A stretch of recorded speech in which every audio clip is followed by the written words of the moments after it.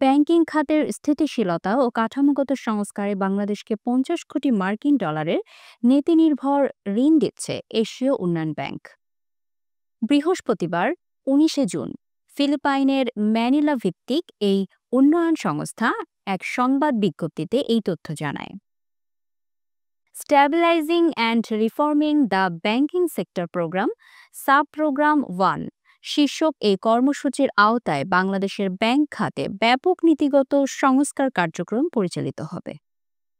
এই সংস্কারের আওতায় রয়েছে বাংলাদেশ ব্যাংকের তহবিল ব্যবস্থাপনা কাঠামোকে আরও শক্তিশালী করা, ব্যাংক পরিচালনা পর্ষদের জবাবদিহি নিশ্চিত করা, উচ্চমাত্রার খেলাপি ঋণ মোকাবেলায় জরুরি পদক্ষেপ গ্রহণ। এডিবির আর্থিক খাত বিষয়ক প্রধান বিশেষজ্ঞ সঞ্জীব কৌশিক বলেন, বাংলাদেশের ব্যাংক খাতের বড় চ্যালেঞ্জ হল সম্পদের গুণগত মানের দুর্বলতা, তারল্য সংকট এবং সীমিত আর্থিক মধ্যস্থতা।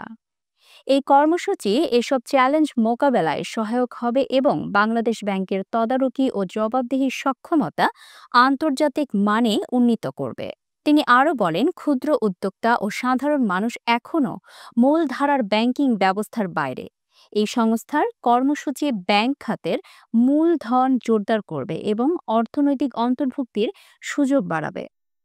বিশেষজ্ঞরা মনে করছেন, ব্যাংকিং খাতের দীর্ঘস্থায়ী দুর্বলতার কারণে দেশের একটি বড় জনগোষ্ঠী এখনও মাইক্রোফাইন্যান্স প্রতিষ্ঠানের উপর নির্ভরশীল।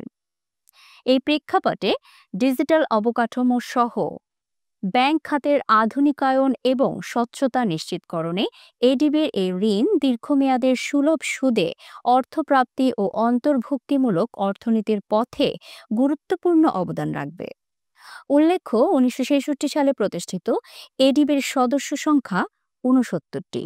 এর মধ্যে ৫০টি দেশ এশিয়া ও প্রশান্ত মহাসাগরীয় অঞ্চলভুক্ত। সংস্থাটি দীর্ঘদিন ধরে টেকসই ও অন্তর্ভুক্তিমূলক উন্নয়নের লক্ষ্যে উন্নয়ন সহযোগিতা দিয়ে আসছে।